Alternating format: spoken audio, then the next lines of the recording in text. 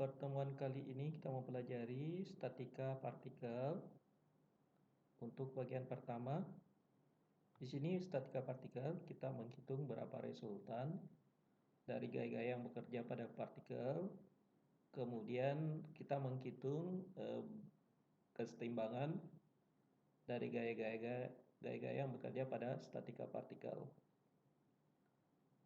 Selanjutnya, pendahuluan, yaitu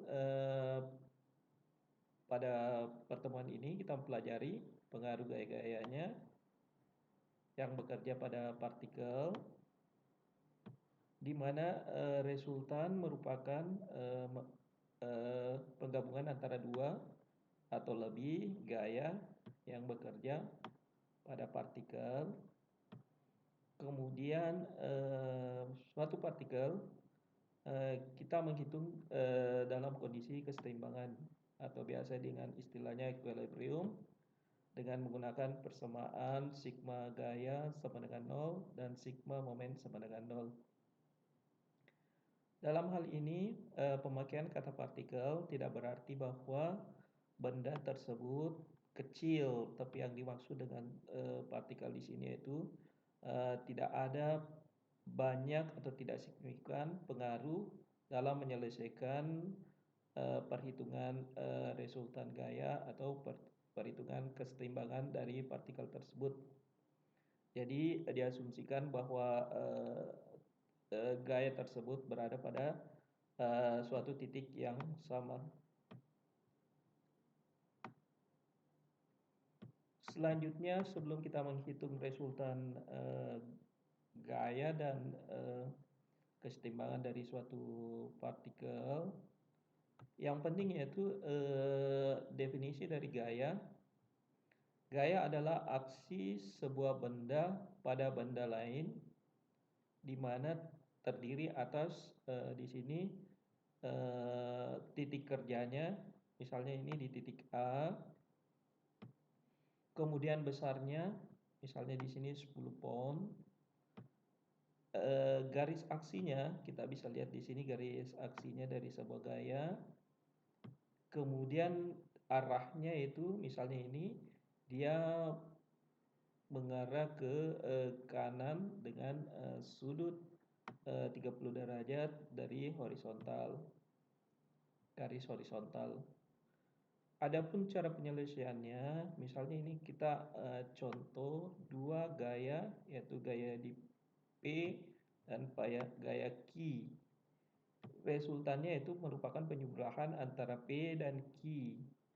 Jadi di sini ada dua caranya, yaitu kita menggunakan cara jajaran genjang atau juga menggunakan segitiga. Untuk penyelesaian secara jajaran genjang, misalnya di sini Q, jadi kita pindahkan besarannya. Di sini Q besar dan arahnya sama dengan Q. Kita misalnya di sini Q action. P di sini misalnya besar dan arahnya kita misalkan di sini P action. Jadi R sama dengan resultan pada R. Misalnya ini resultan pada gaya pada R atau resultan gaya sama dengan gaya di P dijumlah dengan gaya di Q, ya. Atau di sini kita klasifikasikan bahwa gaya atau vektor itu adalah merupakan besaran vektor, di mana besaran vektor itu dia mempengaruhi besar dan arahnya. Jadi di sini sebagaimana yang saya jelaskan sebelumnya, vektor itu mempunyai besar dan arahnya. Misalnya di sini perpindahan, kecepatan, percepatan, dan momen. Ini adik bisa pelajari pada mata kuliah kinematika dan dinamika. Kemudian skalar, yaitu parameter yang mempunyai besar tetapi tidak mempertimbangkan arahnya. Misalnya massa, volume, dan temperatur. Di sini misalnya ini P ya, P itu yaitu vektor. Adapun klasifikasi vektor yaitu tertentu atau terikat di mana vektor mempunyai titik tangkap yang pasti yaitu partikel sendiri dan tidak dapat dipindahkan tanpa merubah kondisi soal atau yang ditinjau atau dianalisis. Misalnya gaya pada partikel, misalnya P gaya di P kita pindahkan, berarti ya besar dan arahnya dia harus sama. Demikian pula untuk kedua sifat dari klasifikasi dari vektor yaitu bebas. Vektor yang dapat diubah dengan bebas dalam ruang tanpa mempengaruhi analisisnya. Misalnya vektor untuk kopil gaya. Kemudian vektor dapat dipindahkan atau menggeser sepanjang garis aksinya. Misalnya ini vektornya ya. Jadi sepanjang dia garis aksinya di sini, dia bisa kita pindahkan P-nya ya. Misalnya kita P, kita pindahkan di sini garis aksinya.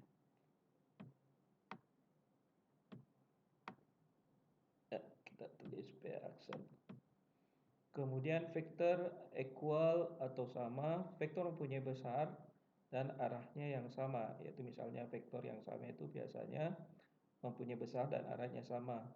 Sedangkan vektor negatif, yaitu misalnya besaran sama, tetapi arahnya yang berbeda. Jadi bisa kita tulis P, vektor di P sama dengan negatif vektor P atau vektor negatif P.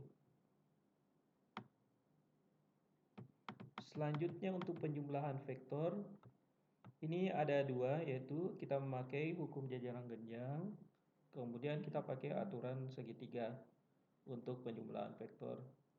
Di sini bisa pula digunakan hukum kosinus, yaitu R pangkat 2 resultannya pangkat 2 sama dengan vektor P kuadrat tambah vektor Q kuadrat dikurang 2P Q cos B.